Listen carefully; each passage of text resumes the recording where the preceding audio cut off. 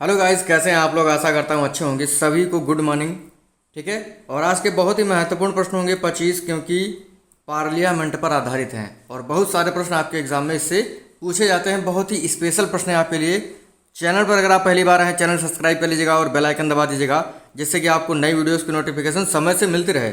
और देखिएगा आप लोग 25 में कितने प्रश्न सही कर पाते हैं। जितने भी सही करेगा कमेंट करके जरूर बताइएगा। लिखा है, कोई भी सफल व्यक्ति हमेशा नया सीखने की चाह रखता है, जबकि एक असफल व्यक्ति कुछ नया सीखने से हमेशा डरता है। ठीक है। तो आपको क्या बनना है? आपको सफल व्यक्ति बनना है।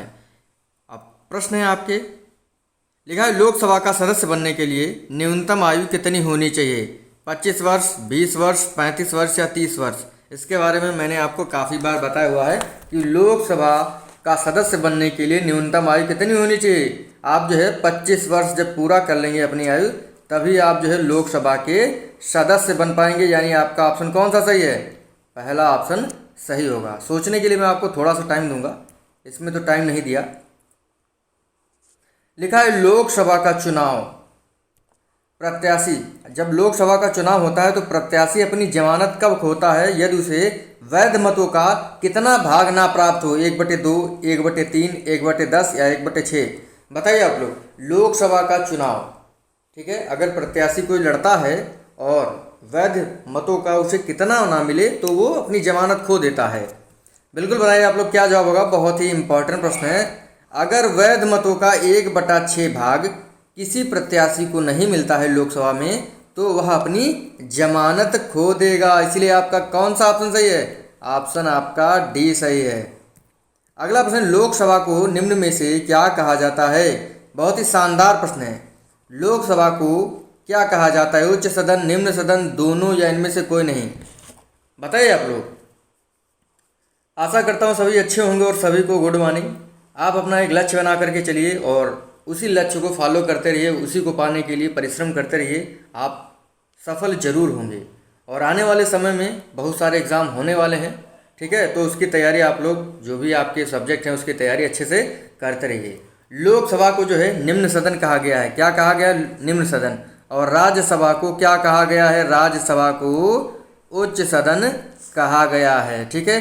राज्यसभा जो है कभी भंग नहीं होती है, ये कभी भंग नहीं होती है। और लोकसभा जो है 5 वर्ष के बाद जो है ख़त्म हो जाती है। ठीक है। तो देखिए, इसमें तो केवल 25 प्रश्न हैं। अभी आपके काफ़ी और पार्ट आएंगे संसद को लेकर के, जिसमें बहुत सारे प्रश्नों पर बात होगी। तो ये छोटा सा वीडियो है, देखते हैं 25 प्रश्न में कितने सही करेंगे, वो तो आपको बताना है। लिखा है, लोकसभा में राज्यवार सीटों का आवंटन वर्ष 1971 की जनगणना के आधार पर किया गया है। यह निर्धारण कब तक रहेगा? 2040 तक, 2026 तक, 2035 तक या 2060 तक? बताइए आप लोग क्या जवाब हो इसका। बिल्कुल आपका जवाब सही होना चाहिए। बहुत ही अच्छा प्रश्न है। लोकसभा में राज्यवार सीटों का आवंटन वर्ष 1971 की जनगणना के आधार पर किया गया है और यह कब तक रहेगा? ये रहेगा 2026 तक। यानी 2026 तक जो है, वर्तमान में लोकसभा की सीटें कितनी हैं? 543 हैं। सीटों पर जो है बात अगले वीडियो में करेंगे। तो आपका ऑप्शन प्रश्न के अनुसार कौन सा सही है? बी सही है। अगला प्रश्न है, लोकसभा में एंग्लो इंडियन का मनोनयन कौन करता है? वेरी वेरी इंपॉर्टेंट प्रश्न है। प्रधानमंत्री, उपराष्ट्रपति, लोकसभा अध्यक्ष या राष्ट्रपति? लोकसभा में एंग्लो इंडियन का मनोनयन कौन करता है? बहुत ही शानदार प्रश्न है। अगर इसको स्टार दे दे, 3 स्टार, तो कोई बड़ी बात नहीं है। देखिए, लोकसभा में एंग्लो इंडियन का मनोनयन आपका प्रेसिडेंट करता है। कौन करता है? प्रेसिडेंट यानी राष्ट्रपति करता है। देखिए, 2019 में जो है, ठीक है, 104वां संशोधन किया गया और 334 अनुच्छेद में, ठीक है, संशोधन करके लोकसभा में एंग्लो इंडियन का जो मनोनयन था वो समाप्त कर दिया गया। ठीक है, इस चीज़ को ध्यान रखिएगा। लेकिन इससे पहले जो है एंग्लो इंडियन का मनोनयन लोकसभा में कौन करता था? राष्ट्रपति करता था। अगला है हमारा, लोकसभा को कौन भंग कर सकता है? लोकसभा को कौन भंग कर सकता है? उपराष्ट्रपति, प्रधानमंत्री की सलाह पर उपराष्ट्रपति, प्रधानमंत्री की सिफारिश पर यहाँ पर होगा आपका राष्ट्रपति। प्रधानमंत्री की सिफारिश पर राष्ट्रपति या प्रधानमंत्री की सिफारिश पर लोकसभा अध्यक्ष। तो लोकसभा को भंग कौन कर सकता है? बहुत ही अच्छा प्रश्न है, बताएं आप लोग। देखिए, लोकसभा को कौन भंग कर सकता है? प्रधानमंत्री की सिफारिश पर आपका राष्ट्रपति। आपका थर्ड ऑप्शन सही होगा। अगला प्रश्न तो लिखा है लोकसभा के कम से कम एक वर्ष में कितने सत्र होने चाहिए? एक बार होना चाहिए, मतलब लोकसभा का जो सत्र होता है वो कितनी बार होता है साल में? लगभग 3 बार होना चाहिए, लगभग 4 बार होना चाहिए, या लगभग 2 बार होना चाहिए? इसमें जो है लगभग हटा दीजिए और 1 बार, 3 बार, 4 बार या 2 बार ये बताइए। एक वर्ष में जो है लोकसभा का जो सत्र होता है वो कितनी बार होना चाहिए? ये 2 बार होना चाहिए। आपका ऑप्शन जो है सही है। एक साल में कितनी बार होना चाहिए? 2 बार होना चाहिए। अगला प्रश्न लिखा है लोकसभा का कोरम कुल सदस्य संख्या का कितना होता है? 1/10, 1/20, 1/40 या 1/25? लोकसभा का कोरम कितना होता है, यानी कितने व्यक्ति अगर लोकसभा में उपस्थित होंगे तो लोकसभा की कार्यवाही शुरू हो जाएगी? तो बताइए 1/10, 1/20, 1/40 या 1/25? मान लीजिए लोकसभा में आपके 500 सदस्य हैं, तो उसमें से कुल कितने अगर उपस्थित होंगे तो आपकी कार्यवाही लोकसभा की शुरू हो जाएगी? तो 1/10। अगर 50 लोकसभा प्रतिनिधि लोकसभा में उपस्थित हैं तो उसकी कार्यवाही शुरू हो जाएगी। आपका 8वें का पहला ऑप्शन सही है। अगला है लोकसभा का कार्यकाल आपातकाल की घोषणा के समय बढ़ाया जा सकता है। 6 माह के लिए, 2 वर्ष के लिए, 3 वर्ष के लिए या 1 वर्ष के लिए? आपातकाल में लोकसभा का कार्यकाल कितना बढ़ाया जा सकता है? बताएं आप लोग। बहुत ही अच्छा प्रश्न है, एग्जाम में काफ़ी बार पूछा गया है। बिल्कुल बहुत ही अच्छा प्रश्न। बताएं लोकसभा का कार्यकाल आपातकाल की घोषणा की वजह से बढ़ाया जा सकता है। बताएं आप लोग। बिल्कुल 1 वर्ष के लिए बढ़ाया जा सकता है। कितना बढ़ाया जा सकता है? 1 वर्ष के लिए बढ़ाया जा सकता है। आपातकाल की घोषणा के दौरान जो है एक बार में 1 वर्ष तक के लिए बढ़ाया जा सकता है। इस चीज़ को ध्यान रखिएगा। आपका ऑप्शन डी सही है। और पिछले जो वीडियो हैं 5, अगर आपने नहीं देखे हैं डिस्क्रिप्शन में आपको उसका लिंक दे दिया जाएगा, आप जो है उनको देखिएगा, मज़ा आ जाएगी। देखिए, और जो भी मैं वीडियोस लाता हूँ आप जो है उनको वन लाइनर के रूप में लिख लीजिए। बहुत सारे एग्जामों में जो है मज़ा आ जाएगी, आपको एक एक प्रश्न जो है मिल जाएगा। मज़ा क्या आ जाएगी, मतलब जब आपको प्रश्न एग्जाम में मिलेंगे तो याद आएगा कि हाँ सर ने पढ़ाया था। लिखा है कौन सा राज्य लोकसभा में सर्वाधिक प्रतिनिधि भेजता है? मध्य प्रदेश, उत्तर प्रदेश, महाराष्ट्र या पश्चिम बंगाल? बहुत ही शानदार प्रश्न है। लोकसभा में सर्वाधिक प्रतिनिधि कौन सा राज्य भेजता है? मध्य प्रदेश, उत्तर प्रदेश, महाराष्ट्र या पश्चिम बंगाल? सभी को पता होगा कौन है जिसकी जनसंख्या सबसे ज़्यादा है? कौन है? यूपी। यूपी जो है लोकसभा में 80 सदस्यों को भेजता है। राज्यसभा में कितने भेजता है, किसी को पता है? राज्यसभा में भेजता है 31। ठीक है, तो आपका ऑप्शन कौन सा सही है? ऑप्शन आपका बी सही है। अगला प्रश्न है, लिखा है, अच्छा विचार लिखा है, लिखा है आपके पास 2 ही विकल्प होते हैं। आपके पास 2 ही विकल्प होते हैं, या तो विजय पालो या फिर डर को अपने ऊपर हावी होने दो। तो आपको क्या करना है? आपको विक्ट्री पानी है, विजय पानी है। डर को अपने ऊपर हावी नहीं होने देना है कि मैं हार जाऊंगा, मैं एग्ज़ाम में जो है अच्छे नंबर नहीं ला पाऊंगा, क्वालिफाई नहीं कर पाऊंगा। तो ऐसा आपको कभी नहीं सोचना है। आपको केवल विजय के बारे में ही सोचना है। जब आप विक्ट्री के बारे में सोचेंगे तभी आप सफल हो पाएंगे। ठीक है, अगला प्रश्न देखते हैं। लिखा है लोकसभा का पहला आम चुनाव कब हुआ था? 1951, 1952, 1954 या 1949 को?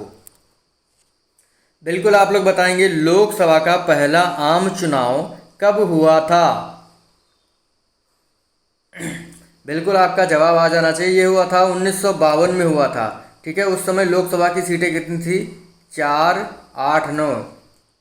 ठीक है, 489 थी। और लोकसभा का जो आम चुनाव था वो 25 अक्टूबर 1951 से 21 फरवरी 1952 तक चला था। ठीक है, इस पॉइंट को ध्यान रखिएगा। अगला प्रश्न लिखा है लोकसभा का अधिवेशन कब हुआ था पहला? 12 मार्च 1952, 13 मार्च 1952, 12 मई 1952 या 13 मई 1952? मैंने आपको काफ़ी बार बताया हुआ, इसके बारे में आपको बताना है लोकसभा का पहला अधिवेशन कब हुआ था। बहुत ही शानदार प्रश्न है। बिल्कुल लोकसभा का जो अधिवेशन हुआ था आप लोग बताएं। और जब लाइव होता है तो ज़्यादा मज़ा आता है, ऐसे जो है मज़ा नहीं आता है। आपके जवाब जो जब मैं देखता हूँ लाइव में तो अच्छा लगता है, लेकिन कोई बात नहीं है, समय के अभाव के चलते आपको मैं ये प्रश्न जो है रिकॉर्डेड दे रहा हूँ। लिखा है लोकसभा का अधिवेशन कब हुआ था प्रथम? ये हुआ था 13 मई 1952 को, यानी आपका ऑप्शन कौन सा सही है? Option D. अगला है लोकसभा का नेता कौन होता है? राष्ट्रपति, उपराष्ट्रपति, लोकसभा का अध्यक्ष या प्रधानमंत्री? लोकसभा का नेता कौन होता है? सभी को पता होगा, कौन होता है? प्रधानमंत्री होता है। आपका डी ऑप्शन सही है। अगला प्रश्न है लोकसभा का सर्वाधिक बड़ा निर्वाचन क्षेत्र कौन सा है? लद्दाख, बाड़मेर, कच्छ या चांदनी चौक, दिल्ली? क्षेत्रफल की दृष्टि से लोकसभा का सर्वाधिक बड़ा निर्वाचन क्षेत्र कौन सा है? बताएं आप लोग। बहुत ही शानदार प्रश्न है। देखिए, क्षेत्रफल की दृष्टि से सर्वाधिक बड़ा निर्वाचन क्षेत्र कौन सा है? लद्दाख, बाड़मेर, कच्छ, चांदनी चौक या दिल्ली? थोड़ा सा दिमाग लगाएं और जवाब आपका आ जाएगा। ये है आपका लद्दाख। इसका क्षेत्रफल कितना है? ठीक है, ये ध्यान रखिएगा, 1,73,266.37 वर्ग किलोमीटर। ठीक है, लद्दाख जो है सबसे बड़ा क्षेत्रफल की दृष्टि से लोकसभा का निर्वाचन क्षेत्र है, मतलब सबसे बड़ा लोकसभा का निर्वाचन क्षेत्र आपका लद्दाख है। ठीक है, उसके बाद आपका आता है बाड़मेर, उसके बाद आता है कच्छ, और सबसे छोटा आपका है चांदनी चौक, दिल्ली। उसका क्षेत्रफल लगभग 11 किलोमीटर स्क्वायर में आता है। ठीक है, अगला प्रश्न आपके लिए लिखा है निम्न में से कौन शपथ नहीं लेता? राष्ट्रपति, उपराष्ट्रपति, स्पीकर या प्रधानमंत्री? निम्न में से कौन शपथ नहीं लेता है? राष्ट्रपति, उपराष्ट्रपति, स्पीकर या प्रधानमंत्री? बताइए आप लोग। बहुत ही शानदार प्रश्न है। देखिए, निम्न में से देखिए, राष्ट्रपति आपका शपथ लेता है, उपराष्ट्रपति भी शपथ लेता है, प्रधानमंत्री भी शपथ लेता है, लेकिन जो लोकसभा का स्पीकर होता है, यानी लोकसभा का जो अध्यक्ष होता है, वो लोकसभा के अध्यक्ष की शपथ नहीं लेता है, लेकिन वो सांसद बनने के लिए जो है शपथ लेता है। जब वो सांसद बन जाता है तो वो शपथ लेता है, लेकिन लोकसभा का अध्यक्ष या स्पीकर बनने के लिए, स्पीकर को ही अध्यक्ष कहते हैं, वो शपथ नहीं लेता है। आपका ऑप्शन सी सही होगा। अगला है लोकसभा के स्पीकर का निर्वाचन इसके द्वारा किया जाता है? राष्ट्रपति के द्वारा, लोकसभा के सदस्य सभी सदस्यों के द्वारा, उपराष्ट्रपति के द्वारा, इनमें से कोई नहीं। लोकसभा के स्पीकर जो अध्यक्ष होते हैं उनका निर्वाचन कौन करता है? सभी को पता होना चाहिए। बहुत ही शानदार प्रश्न है, वेरी वेरी इंपॉर्टेंट प्रश्न है, और इसका ऑप्शन आपका बी सही होगा, लोकसभा के सभी सदस्यों के द्वारा। अगला है लोकसभा का अध्यक्ष अपना त्यागपत्र किसे दे सकता है? प्रधानमंत्री, उपराष्ट्रपति, राष्ट्रपति या उपाध्यक्ष को? लोकसभा का अध्यक्ष किसको अपना त्यागपत्र दे सकता है? आप लोग ये बताएंगे। बहुत ही अच्छा प्रश्न है, बिल्कुल इंपॉर्टेंट प्रश्न है। मैंने आपको बताया जो भी वीडियोज़ हैं उनको वन लाइनर के रूप में बना लीजिए। कॉन्स्टिट्यूशन की बात कर रहा हूँ अभी, बाकी आपके सारे वीडियोज़ जो हैं बाल विकास अच्छे से पढ़ सकते हैं। प्लेलिस्ट बनी हुई है सारे सब्जेक्ट की, मॉक टेस्ट काफ़ी अच्छे से कराए हैं। अगर आप कर लेते हैं तो एग्ज़ाम में आप अच्छा करेंगे, चाहे वो यूपी टेट का एग्ज़ाम हो। ठीक है, यूपी टेट का एग्ज़ाम जो है वो काफ़ी अच्छा हो जाएगा आपका, उम्मीद करता हूँ ऐसा। लोकसभा का अध्यक्ष जो है किसे अपना त्यागपत्र देता है? उपाध्यक्ष को। और उपाध्यक्ष किसे त्यागपत्र देता है? अपना लोकसभा के अध्यक्ष को। वर्तमान में कोई भी लोकसभा का उपाध्यक्ष नहीं है, इस चीज़ को ध्यान रखिएगा। अगला प्रश्न लिखा है लोकसभा का कार्यकाल कितने वर्ष का होता है? सभी को पता होगा, 5 वर्ष, 6 वर्ष, 10 वर्ष या 20 वर्ष? 20 वर्ष होता है क्या? लोकसभा का कार्यकाल निम्न में से कितना होता है? सभी को पता होना चाहिए, अगर नहीं पता है तो ये गलत बात है। बिल्कुल, उत्तर प्रदेश में जो है लोकसभा के कितने प्रतिनिधि हैं? 80, राज्यसभा में 31। ठीक है, और लोकसभा का कार्यकाल कितने वर्ष का होता है? लोकसभा का कार्यकाल आपका 5 वर्ष का होता है। कितने वर्ष का होता है? 5 वर्ष का होता है। ठीक है, 5 वर्ष के बाद जो है लोकसभा अपने आप भंग हो जाती। लोकसभा को निम्न सदन के नाम से भी जाना जाता है। लोकसभा का अध्यक्ष जो है उपाध्यक्ष को अपना त्यागपत्र देता है, और उपाध्यक्ष जो है वो अध्यक्ष को त्यागपत्र देता है। ठीक है, जो स्पीकर होता है लोकसभा का अध्यक्ष होता है, वो अपने पद की शपथ नहीं ग्रहण करता है, लेकिन वो सांसद जब बनता है तब अपने पद की, मतलब सांसद पद की जो है वो शपथ ग्रहण करता है, लेकिन लोकसभा के अध्यक्ष की जो है, लोकसभा का अध्यक्ष जब बनता है उस पद की वो शपथ नहीं लेता है। अगला है प्रथम लोकसभा अध्यक्ष कौन थे? गणेश वासुदेव मालवंकर जी, एम अनंत सायनम अयंगर जी, ओम बिरला या मीरा कुमार? बताएं आप लोग, प्रथम लोकसभा अध्यक्ष का क्या नाम था? बिल्कुल आपको पता है। देखिए, हमारी जो प्रथम लोकसभा का पहला अधिवेशन था वो 13 मई 1952 को हुआ था। ठीक है। और लोकसभा के प्रथम अध्यक्ष कौन थे? हमारे गणेश वासुदेव मालवंकर जी। और ये कब बनाए गए थे अध्यक्ष? 15 मई 1952 को। ठीक है, इस चीज़ को ध्यान रखिएगा। लेकिन एक पॉइंट और आ जाता है कि 27 फरवरी 1956 को मालवंकर जी की डेथ हो जाती है। उसके बाद एम अनंत सायनम अयंगर जी, जो हमारा प्रथम लोकसभा का कार्यकाल रह गया था, उसके लिए ये बनते हैं अध्यक्ष। इस चीज़ को एकदम दिमाग में फिट कर लीजिए। अगला है प्रथम स्पीकर जिसके विरुद्ध अविश्वास प्रस्ताव लाया गया। राजेंद्र प्रसाद जी, गणेश वासुदेव मालवंकर, एम अनंत शयनम अयंगर या ओम बिड़ला। प्रथम स्पीकर जिसके विरुद्ध अविश्वास प्रस्ताव लाया गया था। देखिए, जेबी कृपलानी जी जो है अविश्वास प्रस्ताव लाए थे 15 दिसंबर 1954 को, और 18 दिसंबर को जो है ये अविश्वास प्रस्ताव खारिज हो जाता है। अब बताना है ये किसके विरुद्ध था? ये था हमारे प्रथम लोकसभा अध्यक्ष गणेश वासुदेव मालवंकर के खिलाफ। ठीक है। अगला प्रश्न हमारा लिखा है, अच्छा ये वाला प्रश्न है, आपको बताना है। बहुत ही शानदार प्रश्न है और देखते हैं कौन बताएगा। बहुत ही शानदार प्रश्न है, मैंने तो उसको देख करके ही जवाब बता दिया था और आपको बताना है। देखिए, 1 का स्क्वायर 1 है तो लास्ट की संख्या उतार ली, मतलब लिख ली। और 2 का स्क्वायर 4 है और 4 चौको 16, 16 की लास्ट वाली संख्या उतार ली। और 7 7 49, लास्ट वाली संख्या उतार ली। ठीक है। 11 ग्राह्यम कितना होता है? 11 ग्राह्यम आपका कितना होता है? 11 ग्राह्यम 121 होता है, तो लास्ट की 2 संख्या उतार लेंगे। यहाँ पर आपका कितना आएगा? 21 आएगा। अगला है प्रथम महिला लोकसभा अध्यक्ष निम्न में से कौन है? सुमित्रा महाजन, मीरा कुमार, विजयलक्ष्मी पंडित या प्रतिभा पाटिल जी। मैंने आपको बताया ये छोटा सा वीडियो है संसद के लिए, अभी काफ़ी सारे वीडियो संसद पर आएंगे। ठीक है, तो आपके जितने भी डाउट्स हैं पार्लियामेंट को लेकर के सभी दूर हो जाएंगे।